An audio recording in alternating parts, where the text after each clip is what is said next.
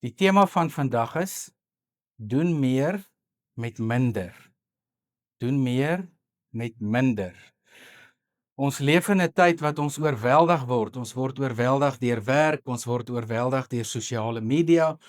Ons word oorweldig deur baie karre op die pad. Ons word oorweldig deur inligting wat ons kry. Ons word oorweldig deur die vereistes wat die wêreld aan ons stel. Ons word oorweldig deur soveel dinge wat die lewe vir ons kompleks maak. En ons as gelowiges moet ook dink, hoe gaan ons in hierdie komplekse lewe die sin en die betekenis van die lewe kan vind? So ons moet in die eerste plek moet ons kyk na ons geestelike lewe. Maar iemand het geskryf, voordat jy kyk na jou geestelike lewe, maak net eers seker dat jy een het. Maak seker dat jy 'n geestelike lewe het voordat jy na jou geestelike lewe wil kyk. Met ander woorde, maak seker dat jy 'n verhouding met die Here het. Maak seker dat jy in 'n lewende verhouding met Christus staan en maak seker dat jy elke dag met hom praat en dat jy Bybel lees en dat jy bid. Want anderster gaan dit jou nie help om te sê ek wil kyk na die komplekse lewe vanuit 'n Christen perspektief nie. So die enigste manier wat ons kan kyk na die wêreld daar buite is wanneer ons twee dinge mooi verstaan. Die een is ons het 'n interne kontrolemeganisme. Dis ons interne wêreld. En dan het ons 'n eksterne wêreld. Aan die eksterne wêreld kan ons niks doen nie. Dit is hoe dit is. Die regerings reg oor die wêreld doen vreemde dinge, politiek is vreemd en ons land is 'n klomp dinge uit plek uit. So daar's soveel dinge in die eksterne wêreld wat op ons inwerk, waaroor ons geen beheer het nie. Met ander woorde, ons is magteloos daaroor. Die vereistes van jou werk, die vereistes van jou familie, dit wat jy moet doen elke dag om voort te gaan, dit wat jy moet doen om te oorleef. Dis die eksterne wêreld. En eenvoud is een van die belangrike goed wat ons moet gaan soek in ons lewe, want hoe kan ons in hierdie komplekse lewe 'n lewe van eenvoud leef? Wat is dit om eenvoud in ons lewe te hê? Dit beteken nie 'n eenvoudige lewe of 'n platvloerse lewe nie, dis nie waaroor dit gaan nie, maar dit gaan oor 'n lewe van eenvoud waar jy die sin en die betekenis by die Here kry in jou lewe. Dit beteken dat jy regtig 'n geestelike lewe het van waar af jy funksioneer. En elke jaar word al hierdie dinge meer en meer en meer. Al die vereistes word meer, ons word besigger, die inligting wat op ons neergegooi word meer. Dinge by die werk voel baie keer of dit meer word. So niks beweeg stadiger nie. Ontwikkelinge vind plaas, tegnologie ontwikkel, mense praat deesdae met ChatGPT asof dit 'n persoon is en hulle kommunikeer baie met die rekenaar om inligting te kry. En die gevaar van al hierdie dinge is dat ons die eenvoud van die lewe verloor. En eenvoud van die lewe vind ons in mens tot mens kontak. Ons vind nie die eenvoud van die lewe in ChatGPT of op 'n rekenaarplatform of op sosiale media nie, want dit is nie mens tot mens nie. Die Here het ons gemaak om mens tot mens te funksioneer. Mens tot God, God tot mens, mens tot mens. En wanneer ons hierdie orde versteur, deur toe te laat dat die komplekse wêreld van buite af ons lewe kom omkrap, dan gaan ons geestelik ook nie lekker voel nie. En wanneer ons toelaat dat die ChatGPT's en die Copilots is alles language models soos hulle dit noem, vooruitgeprogrammeerde taal wat eintlik maar net reageer op wat jy vra en gee eintlik maar net vir jou wat jy soek. So dis nie eintlik eers gekontroleerde inligting nie, maar tog val baie mense daarvoor en aanvaar dit as hulle lewe. Iemand sê nou die dag vir my, hulle wil 'n meerkat hê. En ek sê vir die persoon, jy weet 'n meerkat is 'n probleem, jy moet hom inspuit teen hondsdolheid en 'n meerkat vreet alles in jou huis. So dan sê ek vir hom, ek het 'n familielid gehad wat een gehad het en dis vuil en so aan. Hy sê toe vir my, sy antwoord aan my was, ek sou hoor wat sê Chat. So hy gaan met ChatGPT gesels. Nou, as ons wil terugkom na die eenvoud van die lewe, want ons wil tog gelukkig wees. Nie waar nie. Niks in die eksterne wêreld maak ons regtig gelukkig nie. Dit kan nie. Niks in die eksterne wêreld gee eintlik vir ons antwoorde nie. Ons kan nie regtig in tegnologie lewensvrae se antwoorde kry nie. Ons kan nie in die eksterne wêreld 'n ervaring hê van die lewe wat ons gelukkig maak nie. Die oplossing vir 'n lewe van eenvoud is wanneer ons na God se woord toe gaan en gaan kyk wat dit beteken om in eenvoud te leef. En 'n voorbeeld hiervan kry ons in Psalm 1. En Psalm 1 sê vir ons baie duidelik: dit gaan goed met die mens wat soos 'n boom by waterstrome staan. Gaan goed met die mens wat God se woord dag en nag oordink. Dit gaan goed met die mens wat God se woord oordink, want hulle sal vreugde vind. So 'n persoon is soos 'n boom wat by water staan, wat op die regte tyd sal vrug dra. En dan gaan Psalm 1 verder: so 'n mens sal nie saam met die goddeloses staan, sit of loop nie, want die goddeloses gaan soos kaf, gaan hulle weggaan. Maar so 'n persoon vind vreugde in God se woord. So eenvoud van die lewe begin wanneer ons vir onsself vra: wil ek regtig gelukkig wees? En waar wil ek my geluk vind? En ek wil vandag vir jou sê dat jy geluk tot 'n mate in jou eksterne wêreld kan beleef, jy kan. Maar dit is nie die volheid van geluk nie. Dis gedeeltelike geluk. Die volheid van geluk is wanneer jy in jou lewe God se woord bestudeer en wanneer jy daaroor nadink, wanneer jy daaroor pyns. Ons probleem is ons lees so vinnig ons dagstuk en ons bid en ons gaan aan met ons dag.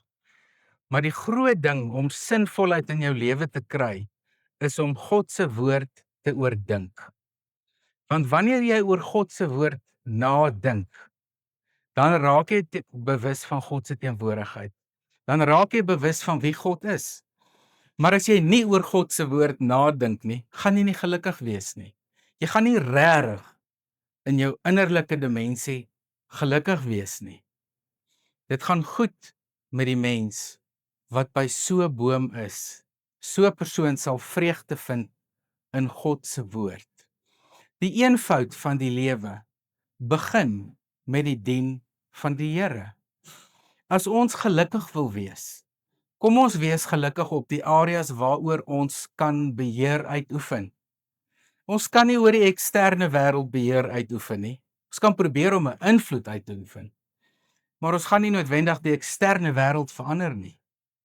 En daarom kan ons nie ons geluk en lewensgeluk aan die eksterne wêreld, ons werk en al die vereistes koppel nie, want dit gaan ons nie regtig erg gelukkig maak nie.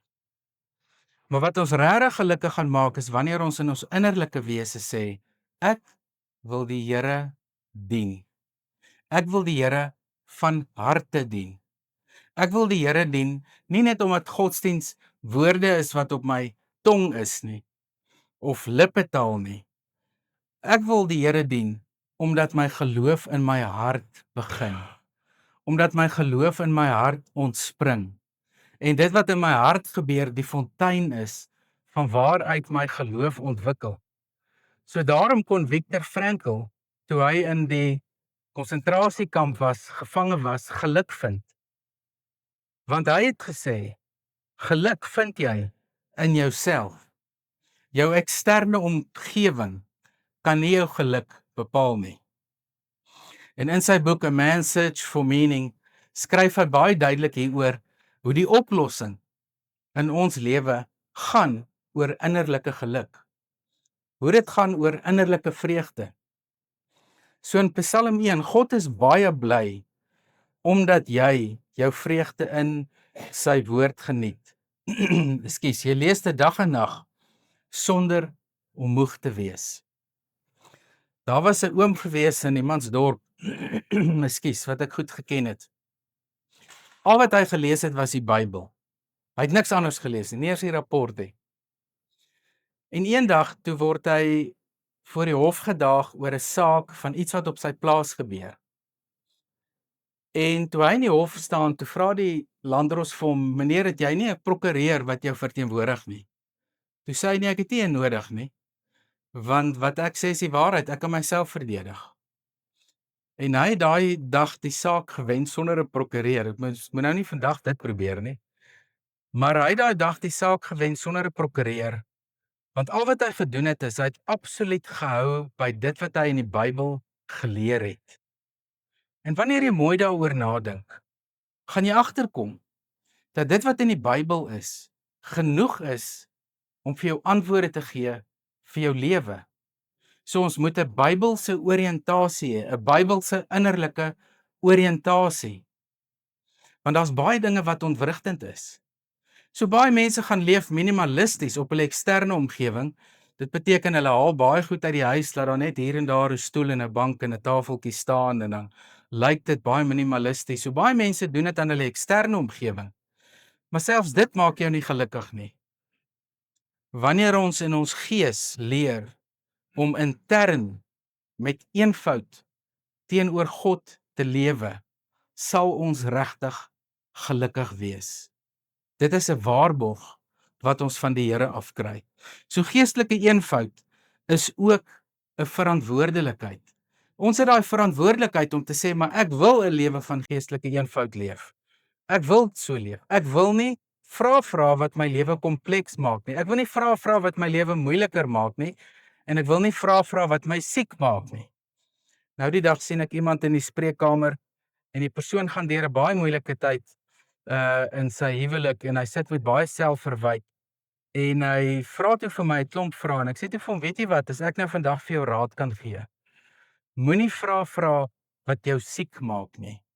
Want wanneer jy sulke vrae vra, sit jy druk op jouself, jy maak jou eie lewe kompleks. En ons kan deur die vrae wat ons vir onsself stel, ons lewe meer kompleks maak. Maar die antwoord om 'n minder komplekse lewe te lei is om te kyk na ons innerlike wêreld. Die eksterne wêreld is kompleks. Dit is moeilik. Dink almal sal saamstem, daar's niks makliks aan die eksterne wêreld waarin ons elke dag leef nie.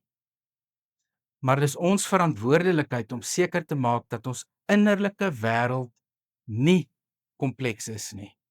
Dat ons innerlike wêreld gedryf word deur vrede wat ons by die Here kry. So as ons sit met komplekse innerlike vrae, dan is die oplossing daarvan om God se woord te oordink. Baie mense lees die Bybel, dan maak hulle 'n baie groot fout. Hulle vat 'n gedeelte in die Bybel en dan sit hulle inligting daarin wat nie daar hoort nie. Soos byvoorbeeld, mense wat oor die hemel praat, sal sê, jy weet, vir my is die hemel 'n plek waar jy nou, as jy daar kom, jou geliefdes gaan sien en so aan. Ander mense sê op begrafnisse, dan praat hulle nou na die tyd met 'n eerbetoon, dan sê hulle weet so en so is in die hemel, hulle drink nou lekker wyn saam met so en so daarbo. Of iemand sal sê, jy weet, hierdie persoon vang nou lekker vis. Maar nêrens in die Bybel lees jy van visvang, wyn drink, families ontmoet of enige iets nie.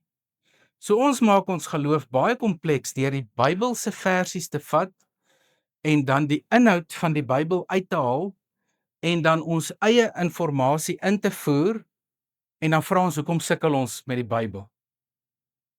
Ons maak dit kompleks. Die Bybel is eenvoudig. Byvoorbeeld, nog 'n voorbeeld is die hele beginsel van genade. Kyk hoe kompleks maak ons die beginsel van genade. Baie keer dan sê mense, jy weet, ek het COVID oorleef, God was genadig. Maar in dieselfde tyd is 'n klomp Christene dood aan COVID. Was God nou nie genadig aan hulle nie? So sien julle wat doen mense met Bybelse konsepte. Ons was ek in Pretoria by mense gekuier en 3:00 die nag, toe breek hulle die voordeur oop en 'n klomp boewe kom in en hulle skiet. En hulle gaan te keer en ek hoor 2 kalibers, ek hoor 'n swaar kaliber en ek hoor 'n ligte kaliber en ek dink toe maar miskien skiet hulle nou die oom en die tannie by wie ek kuier dood en ek hoor hulle in die gang afkom en is 'n verskriklike intense situasie, maar daar's altyd ook humor. Daar's altyd humor. Maar nou staan ek daar, nou dink ek by myself, wat gaan ek doen? Ek hoor al hierdie skote. Gaan ek by die venster uitspring? Nou dink ek, maar kan nie by die venster uitspring nie want hulle 10 in 'n getaway car. Nou dink ek kan in die kas klim, toe dink ek maar dis stupid want boewe gaan in elk geval in die kas klim. En ek kyk na die bed en ek sê miskien moet ek onder die bed ingaan en ek besef ek kan nie want my maag is te groot, die bed gaan so staan. Maar daardie aand het die boewe net ophou skiet en uitgehardloop. En mense het gesê dis genade. Maar 'n week later toets die bure doodgeskiet deur rowers. Ook kinders van die Here. Nou is die vraag, was dit nie genade? Waar is die genade nou? Is God nou skielik genadeloos? So ons vat 'n term in die Bybel, ons hol hom uit soos 'n broodjie en ons gooi ons eie mix terug en dan vra ons hoekom ons swaar kry. In die Bybel gaan genade daaroor dat God jou in genade raak sien oor jou sonde en as jy swaar kry. Genade is nie 'n voorspoedige tipe ding. Ek ry 'n nuwe kar, dis genade. Wat van die mense wat nie 'n nuwe kar kan ry nie? Het hulle dan nou geen genade nie? So om 'n lewe van eenvoud te lewe beteken ons moet die Bybelse begrippe vat en dit nie uithol nie. Ons moet dit los soos dit is. Ons moenie aan dit karring nie. En dan moet ons kyk wat sê die res van die Bybel daaroor. So daarom moet ons oor God se woord nadink. Mense maak met die Bybel net wat hulle wil. Hulle regverdig enigiets. Hulle maak dit so kompleks.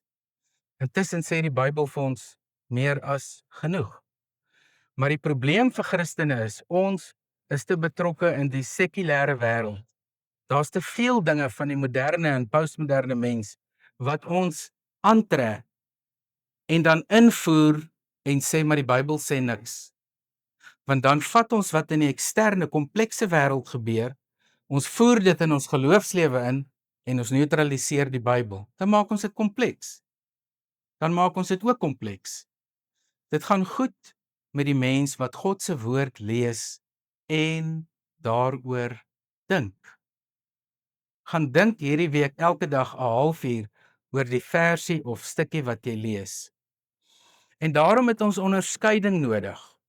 Ons het absoluut onderskeiding nodig om te gaan kyk, wat is dit wat die Here sê ek moet doen in hierdie situasie waarin ek sit? En hierdie onderskeiding kom in die eerste plek Filippense 1 vers 9 skryf Paulus. Hy sê ek bid dat julle begrip en fyn aanvoeling so sal ontwikkel. Ekskuus. Dat julle regtig kan onderskei waaroor dinge gaan. Ons het onderskeidingsvermoë nodig. En as ons nie die onderskeiding van die Here het nie, ekskuus, gaan ons nie komplekse dinge kan onderskei van minder komplekse dinge nie.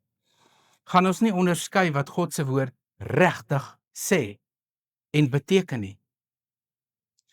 En wanneer ons die onderskeiding het om te onderskei waarop dinge regtig neerkom, dan gaan ons in kontak wees met die Here. Want dit is die eenvoud van geloof. Maar wanneer ons geloof in eenvoud leef, beteken dit nie die komplekse wêreld van ewe skielik verander nie. Inteendeel, dit gaan nie. Maar wat ons dan het, is 'n lewenswyse van eenvoud, van waaraf ons kan funksioneer en die Here dien. Paulus gaan verder in 1 Korintiërs 2, dan praat hy ook oor onderskeiding. Dan sê hy, niemand ken die verborgde dinge van God nie, behalwe die Gees van God. So ken niemand die verborgde dinge van die mens, behalwe die Gees van die mens nie. En dan gaan hy verder en hy sê, daarom weet ons wat die Here dien, dat dinge geestelik beoordeel moet word. Maar die mense wat die Here nie ken nie, het nie die vermoë om geestelik dinge te interpreteer en dinge te onderskei nie. Hulle kan dit nie doen nie. Daarom vat hulle van die wêreld en van ChatGPT en van die sekulêre leefstyl en van die reëls van die wêreld, vat hulle vir hulle self. En eintlik verklap hulle daarmee dat hulle nie die Here ken nie. Eintlik verklap hulle daarmee dat hulle nie geestelik kan onderskei oor waarop dinge regtig neerkom nie. En eintlik verklap dit dat hulle die Bybel vat en uithol soos 'n broodjie en inplak net wat hulle wil. Maar onderskeiding, sê Paulus, is 'n geestelike ding. 1 Korintiërs 12 skryf Paulus weer daaroor. Dan sê hy die gawe van die Gees is 'n onderskeiding. Hy noem dit klomp. Maar dan praat hy ook van onderskeiding. En dit is wat ons nodig het in die tyd waarin ons leef. Dit is wat ons nodig het. Anderster gaan die komplekse wêreld in ons fontein van ons binnewêreld invloei en daar's heeltyd vuil water in ons binnekant. So hoe maak ek dit skoon? In die eerste plek bely ek teenoor die Here en sê vir hom, ek het baie gedeeltes van die Bybel gevat en daarmee gemaak net wat ek wou. Ek het baie Bybelgedeeltes gevat en geïnterpreteer soos dit my pas. dat ek kan wegkom met dit wat ek doen. Of ek het die Bybel gelees en gedink nou het ek my plig nagekom. Of ek het gedink ek het 'n geestelike lewe, maar eintlik het ek nie 'n geestelike lewe nie. Want eintlik spandeer ek nie tyd saam met U nie. Tyd om dit te bely. Ons het tyd om te bely en vir die Here te sê ons laat te veel eksterne dinge toe. Omdat ons nie gaan stil sit en oor sy woord dink nie. Want wanneer ons oor sy woord dink, gebeur daar 'n klomp goed met ons. Die Gees kom verklaar die woord vir ons. En terwyl die Heilige Gees dit doen, kom daar vrede oor jou. Raak jy rustig en kry jy perspektief en insig. So ons lees hier dat ons in Psalm 1 'n lewe van eenvoud kan kies, soos 'n boom wat by waterstrome geplant is. So is die persoon wat God se woord dag en nag oordink. En daarom moet ons in alle aspekte van ons lewe gaan besef, my geloofslewe is nie een aspek van my lewe nie. Die moderne mens maak so struktuur, dan sit hulle lewe hier, dan sit hulle geloofslewe hier, en sport, en gesin, en werk, en daai, en maak dit 'n deeltjie van 'n klomp verantwoordelikhede. Jou geloof is die kern van jou totale lewenswyse. Alles wat jy doen, by jou werk, moet getuig daarvan dat jy God se kind is. So voordat jy jou geestelike lewe wil verryk, skryf iemand, moet jy seker maak dat jy een het. En wanneer jy dit bevestig het, of een kry, kan jy dit van daar af verder vat. Want jy kan glad nie in hierdie lewe meer gee as wat jy inkry nie. En as jy niks inkry by God nie, kan jy niks gee nie. Daarom dat Jesus sê, hy is die brood van die lewe, hy is die vaste kos, wat ons moet inneem, om ons sterk te maak. 'n Lewe van eenvoud beteken dat ons gewoon nie aanstellerig sal wees nie. Nie te veel van onsself dink nie. Nie dink dat ons soos mense van die wêreld van self besluit hoe ek my geloof inrig, hoe ek Bybel lees, hoe ek al hierdie goed doen nie, maar dat ek dit geestelik sal doen. Ek het julle die storie vertel van oom Boeta Zietsman in Riemannsdorp, een van die grootste skaapboere van daai omgewing gewees, en ek gaan kuier vir my hartversaking. En daardie stadium, ek het al vir julle die storie vertel, was die Camrys nogal 'n groot mode onder baie mense. En ek kom by oom Boeta en hy is nie by die huis nie. Ek vra vir die tannie, waar is die oom? Sy sê hy is in die lande, by die skape in die veld. En ek ry soontoe, toe ek al kom, hier sit oom Boeta aan sy Camry. Hy het in die veld ingery. Daar's nie 'n pad nie. Dit's net so 'n rowwe grondpaadjie. En hy wys vir my, ek moet by hom in die kar kom sit, en ek gaan sit by hom in die kar, en ek dog toe ek gaan hy nuwe Camry reek kry, en hier ryk ek skaap. Toe ek omkyk, toe is die 4 skape in die kar. Toe het oom Boeta die 2 sitplekke uitgehaal en sy skape daar. Ek sê vir hom, Boeta, wat doen oom? Dis 'n nuwe kar. Toe sê hy, my skape is siek, ek moet na hulle kyk. Toe sê hy vir my, dominee, weet jy wat? Jy moet nooit aanstellerig wees nie. Jy moet nooit aanstellerig wees nie. En dit wil ek vandag vir julle ook sê, moenie aanstellerig wees as dit kom by God nie. Moenie aanstellerig wees nie en dink dat jy meer oor God te sê het as wat hy self sê nie. Moenie aanstellerig wees oor sy woord en sommer kraak links en regs besluit wat daar staan en wat nie daar staan nie. Moenie aanstellerig wees nie. Dis hierdie aanstellerigheid wat maak dat ons geestelike lewe daaronder ly. Dat ons nie in daai eenvoud leef nie. So kom ons gaan hierdie week in en ons is nie aanstellerig nie. En ons gaan leef ons geloof in eenvoud.